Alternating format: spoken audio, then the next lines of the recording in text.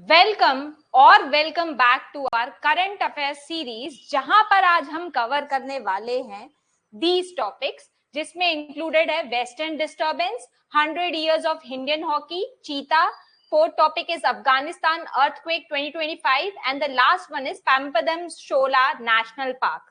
So let's start. The first topic is western disturbance. हाल ही में IMD जो है Indian meteorological department, उन्होंने ये फोरकास्ट किया है कि इंडिया में हमको वेस्टर्न डिस्टर्बेंस देखने के लिए मिल सकता है, एंड जो भी नॉर्थ वेस्टर्न स्टेट्स हैं इंक्लूडिंग दिल्ली और उसके NCR रीजन, वहां पर हमको ये वेस्टर्न डिस्टर्बेंस देखने के लिए मिलेगा। नेक्स्ट, ये वेस्टर्न डिस्टर्बेंस आखिरकार है क्या? ये एक एक्स्ट्रा ट्रॉपिकल स्टॉर्म है जो मेडिटेरेनियन रीजन से होते हुए इंडिया में आता है, एंड जब ये इंडिया में आता है तब ये एक मॉनसून रेन जो है वो इंडिया में लेकर आता है।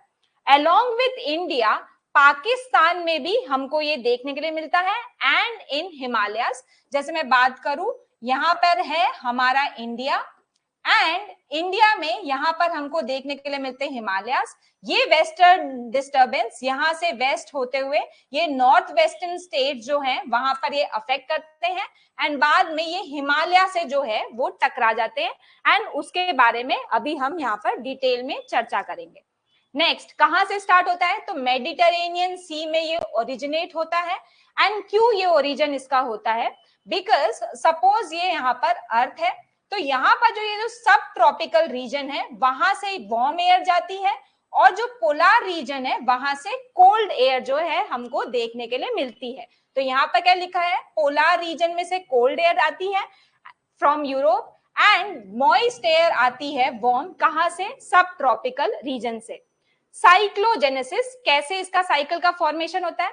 बिकॉज दो कॉन्ट्रास्ट में हमको यहाँ पर टेम्परेचर देखने के लिए मिल रहा है, एक साइड है वार्म, दूसरी साइड है कोल्ड, जिसकी वजह से एक लो प्रेशर सिस्टम क्रिएट हो जाता है, एंड ये लो प्रेशर सिस्टम जो है ईस्टवर्ड मूव होते होते इंडिया की तरफ मूव होके ये आता है, एंड इसी को हम बोलते हैं सब tropical westerly jet stream, and ये मेडिटेरेनियन सी और कैस्पियन सी से होते हुए ये वहां से जो है पूरा मॉइस्चर लेके आता है, एंड फाइनली ये जो है इंडिया में वही मॉइस्चर को गिरा देता है। तो यहाँ पर लिखा है डेसिपेशन। कैसे होता है डिसिपेशन? बिकॉज वो जो एयर है वो आती है, हिमालयाज यहाँ पर है उनसे टकरा जाती है, एंड हिमालय में जब ये टकराती है तो ऊपर जाते जाते, क्योंकि ये बहुत हैवी हो जाती है, बिकॉज ऑफ दैट ये सारा रेन जो है वो गिरा देती है, इसीलिए हमको जो है यहाँ पर मॉइस्चर का रिलीज देखने के लिए मिलता है। तो क्या क्या फैक्टर्स हैं जो ये वेस्टर्न डिस्टर्बेंस को जो है इन्फ्लुएंस करते हैं, वन बाय वन हम वो देखते हैं। The first one is jet stream dynamics. Jet stream कितना जो है स्ट्रॉन्ग है, उसके हिसाब से ये जो वेस्टर्ली डिस्टर्बेंस है, वेस्टर्न डिस्टर्बेंस, वो उतना ही हमको ज्यादा देखने के लिए मिलेगा। सेकेंड वन इज टोपोग्राफी, कि वहां का लैंडस्केप कैसा है। अगर वहां पर माउंटेन्स वगैरह हैं तो वो बैरियर की तरह काम करेंगे, एंड बैरियर की तरह एक्ट करने की वजह से वहां पर जो है जैसे ये जो जेट स्ट्रीम है ऊपर जाता है, उसकी वजह से सारा मॉइस्चर जो है बाद में हैवीनेस की वजह से वहां पर गिरा देता है।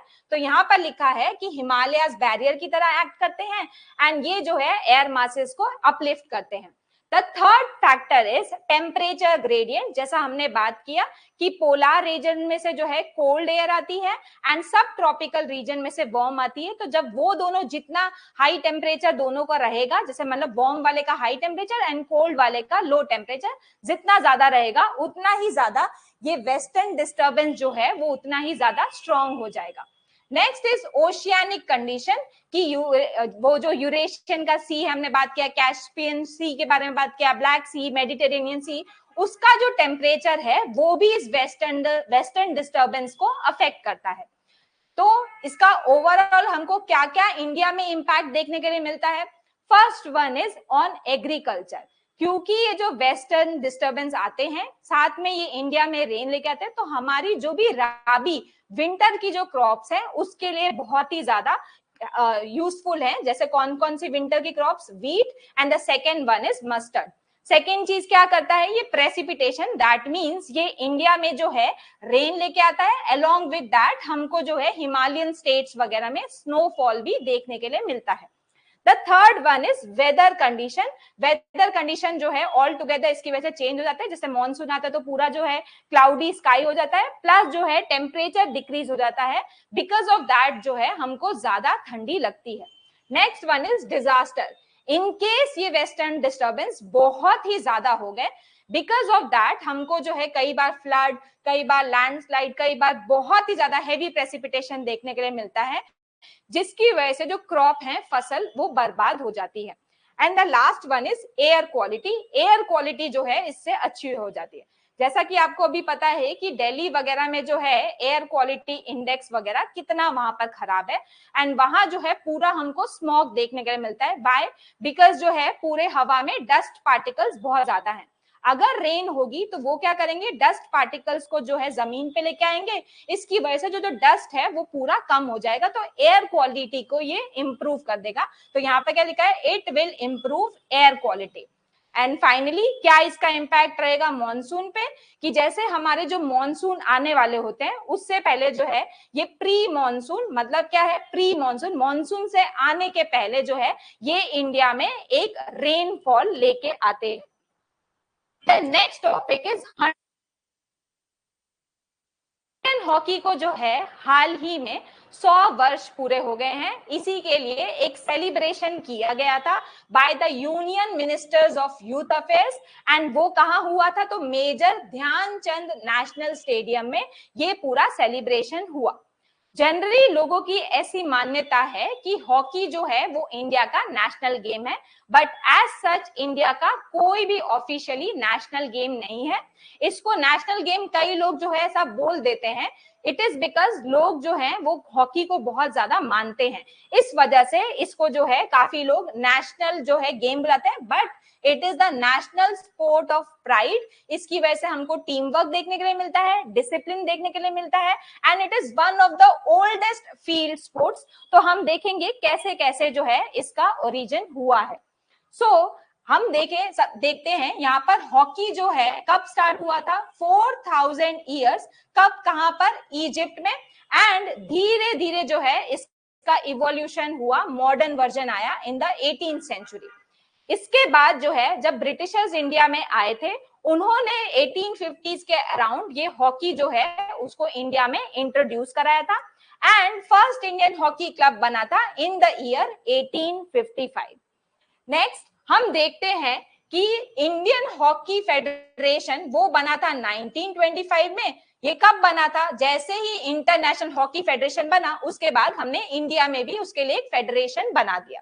नेक्स्ट हमारा जो फर्स्ट इंटरनेशनल टूर हुआ था वो हुआ था न्यूजीलैंड में 1926 में, एंड इसमें सबसे इंपॉर्टेंट बात यह है, जब 21 मैचेस हुए थे, आउट ऑफ दैट इंडिया जो है 18 मैचेस जीता था, एंड उसमें हमको the wizard of hockey, that is the magician of hockey मिले थे, जिनका नाम है मेजर ध्यानचंद।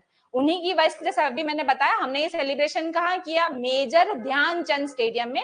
तो वो जो है इतने ज्यादा फेमस है, इतना उन्होंने हॉकी जो है उसके लिए काम किया है, इसी वजह से जो है हम उनकी जो है बहुत ज्यादा प्रशंसा करते हैं, एंड उन्हीं के लिए हमने जो है ये अलग अलग स्टेडियम में नाम दिया हुआ है।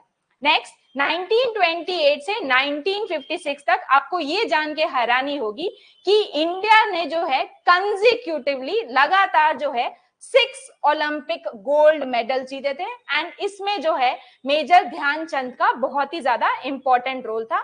उसके बाद धीरे धीरे हमने 1964 और 1980 में जो है फिर नेक्स्ट 2 गोल्ड मेडल जीते। अब हाल में क्यों हॉकी जो है इतना ज्यादा फेमस हो गया, बिकॉज अभी टोक्यो जब ओलंपिक्स हुआ था, पेरिस ओलंपिक्स हुआ था, उसमें इंडियन जो मेंस टीम है उन्होंने मेडल जीता था, प्लस हमने जो है एशियन गेम्स में भी एक गोल्ड मेडल जीता है, प्लस हमारे पास सिर्फ और सिर्फ एक बार जो है वर्ल्ड कप आया था हॉकी का इन द ईयर 1975। तो ओवरऑल हम देखें तो हमने जो है 8 ओलंपिक गोल्ड जीते हैं, कई बार जो है हमने ब्रॉन्ज भी जीता है, सिल्वर भी जीता, तो ओवरऑल 13 एंड 1 जो है हमारे पास वर्ल्ड कप का टाइटल है। एंड इंपॉर्टेंट अगर मैं लोगों की बात करूं कौन कौन जो है जिन्होंने हॉकी में पार्टिसिपेट किया था, कौन कौन फेमस लोग हैं, तो जैसे बात हुआ मेजर ध्यानचंद जी, देन धनराज पिल्लई, हरमनप्रीत सिंह, ये सब जो है एक ग्लोबल आइकॉन्स की तरह कंसिडर करते हैं। नेक्स्ट ये हो गई मेंस हॉकी टीम के बारे में। नेक्स्ट हम बात करेंगे वुमेन्स हॉकी टीम के बारे में। वुमेन्स हॉकी टीम जो है उन्होंने 2002 में एक कॉमनवेल्थ में गोल्ड मेडल जीता था, प्लस जो है कुछ छोटे थोड़े पॉइंट्स की वजह से जो है हम ओलंपिक्स में 2020 में 4th प्लेस में आए थे। बहुत हाई चांसेस है कि हम 3rd प्लेस पे आ जाएं, बट अनफॉर्चुनेटली हम नहीं आ पाए। ओवरऑल हम देखें वर्ल्ड में जो है इंडिया टॉप 5 कंट्रीज में आता है। ये हमारा नेशनल आइडेंटिटी है, हमारी प्राइड है, बिकॉज हमने जो इतने सारे मेडल जीते, काफी सारे यूथ जो है वो इंस्पायर हुए हॉकी को ज्वाइन करने में। एंड प्लस जो है ये कल्चरल हेरिटेज भी दिखाता है, टीम वर्क भी दिखाता है, एक्सीलेंस भी दिखाता है, तो काफी सारे जो है इसके एडवांटेजेस हैं। The next topic is related to cheetah. Asiatic cheetah जो है इंडिया में वो एक्सटिंक्ट हो गया था। बिकॉज ऑफ दैट अब धीरे धीरे हम क्या कर रहे हैं, चीता जो है उसको इंडिया में इंट्रोड्यूस किया जा रहा है। तो अभी हाल ही में ऐसा डिसाइड हुआ है कि बोत्सवाना जो एक सदर्न अफ्रीकन कंट्री है, वहां से दिसंबर के मंथ में हम प्रोजेक्ट चीता के अंडर जो है हमको चीता मिलेंगे एंड उसको जो है हम इंट्रोड्यूस कराएंगे। जैसा कि मैंने बताया ये एक्सटिंक्ट हो गए थे इन द ईयर 1952। प्रोजेक्ट चीता क्या है, वो हम उसमें ये प्लानिंग करते हैं कि इंटरकॉन्टिनेंटल दूसरे कॉन्टिनेंट दूसरे कंट्री से जो है हमारे यहाँ पर चीता आए एंड उनको जो है यहाँ पर धीरे धीरे उनका जो पॉपुलेशन है हम उसको इंक्रीज करें। ये हमारा एम है अंडर प्रोजेक्ट चीता। नेक्स्ट हमने फर्स्ट इसकी शुरुआत कब की थी, इन द ईयर 2022, जब प्राइम मिनिस्टर नरेंद्र मोदी जी ने चीता 8 चीतास जो थे उनको नामीबिया से मंगवाया था एंड इंट्रोड्यूस किया था in the Kuno national park जो आता है मध्य प्रदेश में। वहां से जो है इस प्रोजेक्ट चीता की शुरुआत हुई एंड अब जो है हम बोत्सवाना से भी चीता को यहाँ पर मंगवा रहे हैं। क्यों हम इधर मंगवा रहे हैं, बिकॉज चीतास जो है वो इंडिया में एक्सटिंक्ट हो गए थे 1952 में। जैसे ही चीता बढ़ेंगे तो ग्रासलैंड का पूरा इकोसिस्टम जो है वो अगेन डेवलप हो जाएगा एंड हम भी चाहते हैं कि वर्ल्ड लेवल पे जो चीता का कंजर्वेशन हो रहा है उसमें इंडिया भी एक योगदान दे, इसीलिए हमने इस प्रोजेक्ट चीता की शुरुआत की है। नेक्स्ट अभी हमारे कंट्री में ओवरऑल 27 चीताज है जो है Kuno and Gandhi Sagar national park में। ओवरऑल अगर मैं बात करूं कि चीता जो है उसका साइंटिफिक नाम क्या है, तो उसका नाम है एसिनोसिस जुबाटस एंड इसका IUCN अगर स्टेटस देखें तो ओवरऑल जो चीता है वो वल्नरेबल कैटेगरी में आता है। बट अगर मैं बात करूं एशियाटिक चीता तो वो है क्रिटिकली एंडेंजर्ड एंड इसी के लिए जो है इंडिया इतना ज्यादा जो है योगदान अपना दे रहा है चीता के पॉपुलेशन को बढ़ाने के लिए। अगर हम बात करें जनरल क्या फीचर्स हैं चीता का, तो चीता जो है जनरली सॉलिटरी होते हैं, मतलब वो अकेले रहते हैं, बट ड्यूरिंग मेटिंग पीरियड जो है वो ग्रुप फॉर्मेशन करते हैं, प्लस कई बार जो है वो अपने सिबलिंग्स के साथ भी कोएलिशन फॉर्म करते हैं सो दैट जो है अगर उनको अपने टेरिटरी को प्रोटेक्ट करना है तो उनको एक ग्रुप की जरूरत होगी। बाकी ओवरऑल जो है जनरली इनका रिप्रोडक्टिव ट्रेट्स है कि 93 डेज लगते हैं एंड एक ये पॉइंट है हाई कब मोर्टेलिटी। जो चीता होते हैं, चीता के बच्चे, उनको बोला जाता है कब्स। ये जो कब्स होते हैं इनका बहुत ही हाई मोर्टेलिटी रेट है, दैट मींस इनका डेथ बहुत जल्दी हो जाता है बिकॉज काफी सारे जो कार्निवोरस एनिमल्स हैं, मांसाहारी एनिमल्स, वो उनको खा जाते हैं। इसी वजह से 90% ऑफ द कब्स जो है वो मर जाते हैं, इसीलिए हमको उनको भी प्रोटेक्ट करने का जरूरत है एंड ओवरऑल जो है चीता की पॉपुलेशन भी बढ़ाने की जरूरत है। The next topic is regarding Afghanistan earthquake 2025। बहुत ही दुख की बात है कि अफगानिस्तान में जो है हमको अर्थक्वेक देखने के लिए मिला, दैट टू 6.3 मैग्नीट्यूड का, जो बहुत ही ज्यादा है। इसको देख के हमको लगता है कि हमको जो है अर्थक्वेक के लिए अपना प्रिपेयर्डनेस दिखाना पड़ेगा, हमको इंफ्रास्ट्रक्चर का उसी के हिसाब से डेवलपमेंट करना होगा। अर्थक्वेक क्या है, तो अर्थक्वेक जो है ग्राउंड का सडन मूवमेंट है। ये क्यों होता है? बिकॉज टेक्टोनिक प्लेट्स जो होती हैं उनके अंदर मूवमेंट आता है एंड बिकॉज ऑफ दैट ये अर्थक्वेक होता है। जो अर्थक्वेक जहां से जिस पॉइंट से ओरिजिनेट होता है उसको बोला जाता है हाइपोसेंटर, और जो सरफेस में हमको जहां पर जिस पॉइंट पे अर्थक्वेक देखने के लिए मिलता है उसको बोलते हैं एपिसेंटर, जहां पर हमको देखने के लिए मिलता है। नेक्स्ट, इसका मैग्नीट्यूड कैसे मेजर होता है? In the Richter scale. Intensity हम कैसे मेजर करते हैं? In Mercalli scale. And triangular method से जो है हम पी प्राइमरी और सेकेंडरी वेव्स जो है उसका डेटा जो है हम कलेक्ट करते हैं। नेक्स्ट हम बात करते हैं क्या क्या थे की फीचर्स इसके। तो सबसे पहले अर्थक्वेक आने से पहले जो है हमको थोड़ा बहुत शॉक देखने के लिए मिलता है, उसको बोलते हैं फोर शॉक। मेन शॉक जब एग्जैक्टली अर्थक्वेक होता है तब बहुत जो सबसे ज्यादा मैग्नीट्यूड का जो अर्थक्वेक आता है उसको बोलते हैं मेन शॉक। और आफ्टर शॉक थोड़े थोड़े टाइम तक भी जो है आफ्टर मेन अर्थक्वेक हमको छोटे मोटे अर्थक्वेक जो है देखने के लिए मिलते हैं। इसीलिए कई बार गवर्नमेंट बोलती है कि अर्थक्वेक के बाद इमीडिएटली आप घर में मत जाइए, बिकॉज आगे चांसेस है कि आफ्टर शॉक भी हमको देखने के लिए मिल सकते हैं। Next, seismic waves. ये जो अर्थक्वेक की वेव्स होती हैं ये दो टाइप्स की होती है, एक होती है पी वेव्स और दूसरी होती है एस वेव। पी मतलब प्राइमरी एंड एस मतलब सेकेंडरी। पी वेव जो है बहुत ही ज्यादा फास्टर मूव करती है एंड बिकॉज ऑफ दैट हम उसको पहले जल्दी डिटेक्ट कर पाते हैं। अफगानिस्तान में क्यों हमको ये अर्थक्वेक देखने के लिए मिलता है? बिकॉज वहां पर जैसा मैंने बताया कि टेक्टोनिक प्लेट का मूवमेंट है। कौन कौन सी tectonic plates? Indian, Eurasian and Arabian plate जो है इनके बीच में टेक्टोनिक का मूवमेंट होता है। प्लस वहां पर कई सारी फॉल्ट लाइन है जैसे चमन, हरिरूड, देन बदाख्शन, ये अलग अलग टाइप का हमको जो फॉल्ट है वहां पर देखने को मिलता है। Along with that वहां पर माउंटेनियस टेरेन भी है एंड माउंटेनियस टेरेन की वजह से हमको ज्यादा लैंडस्लाइड देखने को मिलते हैं, जिसकी वजह से ज्यादा लोग जो हैं वो अफेक्ट होते हैं। And the final point is poor infrastructure. जैसे कि आपको पता है अफगानिस्तान में जो है इंफ्रास्ट्रक्चर का ज्यादा डेवलपमेंट नहीं हुआ है। कई बार जो है इंडिया ने उनको मदद भी की है, बट क्योंकि वहां पर जो इंफ्रास्ट्रक्चर है वो अर्थक्वेक के अकॉर्डिंग नहीं बनाया गया है, इसी वजह से वहां पर जो है बहुत ज्यादा हमको कैजुअलिटीज एंड डैमेज देखने के लिए मिलता है। The last topic is Pampadum Shola national park. अभी हाल ही में जो है यहाँ पर इकोलॉजिकल रिस्टोरेशन किया गया है। कैसे किया गया है? तो वहां पर एक इन्वेजिव जो है स्पीशीज हमको देखने के लिए मिलती थी जिसको बोला जाता था ऑस्ट्रेलियन बैटल ट्रीज। उनकी वजह से जो है पूरा का पूरा ये नेशनल पार्क जो है वो खराब हो रहा था। तो हम बात करते हैं आखिरकार ये ऑस्ट्रेलियन जो बैटल वाला ट्रीज है उसको इंट्रोड्यूस किया ही क्यों गया था और पंपदम नेशनल पार्क वो है क्या? ये सबसे स्मॉलेस्ट नेशनल पार्क है जिसका साइज जो है सिर्फ 1300 हेक्टेयर है। नेक्स्ट पॉइंट जो है इसको यूनेस्को एक वर्ल्ड हेरिटेज साइट की तरह भी जो है हम लोग चाहते हैं कि इसको कंसिडर किया जाए।